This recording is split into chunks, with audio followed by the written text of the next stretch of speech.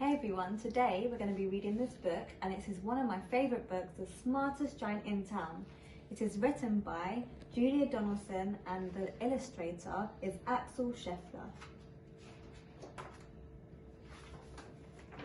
George was a giant, the scruffiest giant in town. He always wore the same pair of old brown sandals and the same old patched up gown.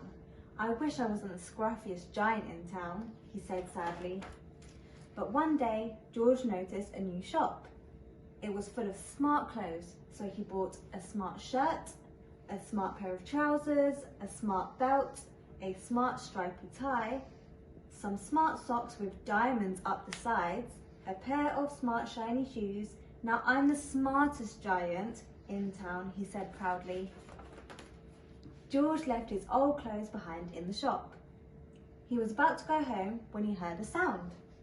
On the pavement stood a giraffe who was sniffing sadly. "What's the matter?"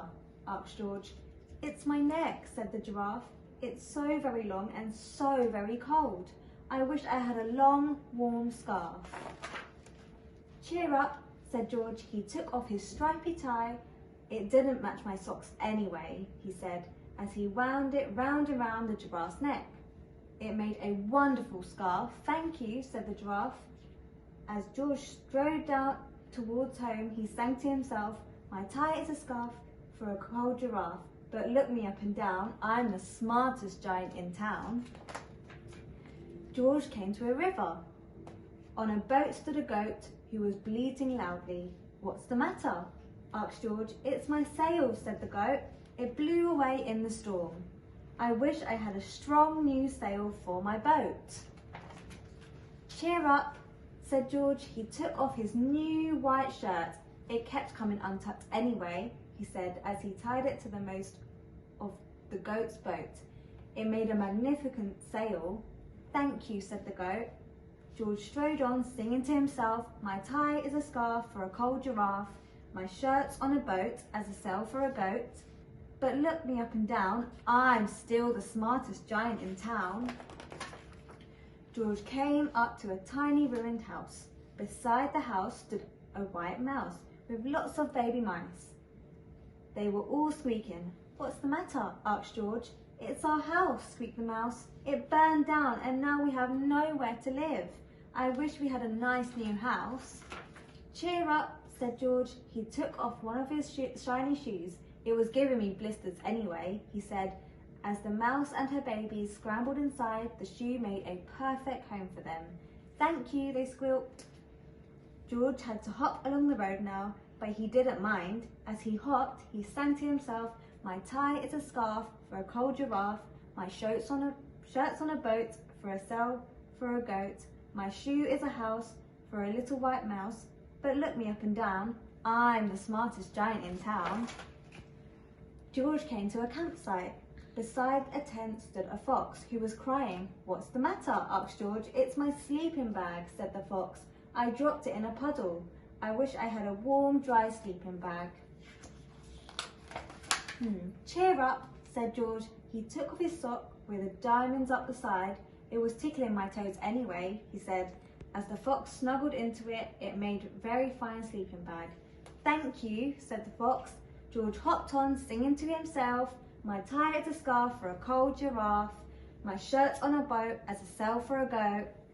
My shoe is a house for a little white mouse. One of my socks is a bed for a fox. But look me up and down, I'm still the smartest giant in town."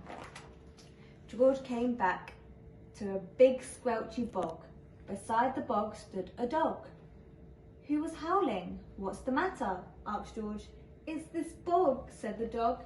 "I need to get across, but I keep getting stuck in the mud. I wish there was a safe, dry path." "Cheer up," said George as he took off his smart new belt. "It was squashing my tummy anyway," he said. As he laid it down over the bag, it made an excellent path. "Thank you," said the dog. The wind started to blow, but George didn't mind. He hopped on, singing to himself, "My tie is a scarf for a cold giraffe. My shirt's on a boat as a sail for a goat. My shoe is a house for a little white mouse. One of my socks is a bed for a fox. My belt helped a dog who was crossing a bog But my trousers are falling down. I'm the coldest giant in town. Suddenly, George felt sad and shivery and not smart at all. He stood on one foot and thought, I'll have to go back to the shop and buy some more clothes. He decided. He turned around and hopped all the way back to the shop. Oh no. But when he got there, it was closed. Oh no, cried George. He sank down onto the doorstep and a tear ran down his nose. He felt as all the sad animals he had met on the way home. Then, out of the corner of his eye, he saw a bag with something familiar poking out of the top. George took a closer look. My gown, he yelled. My dear old gown and sandals. George put them on and they felt wonderfully comfortable. I'm the coziest giant in town. And he danced back home along the road. Outside the front door stood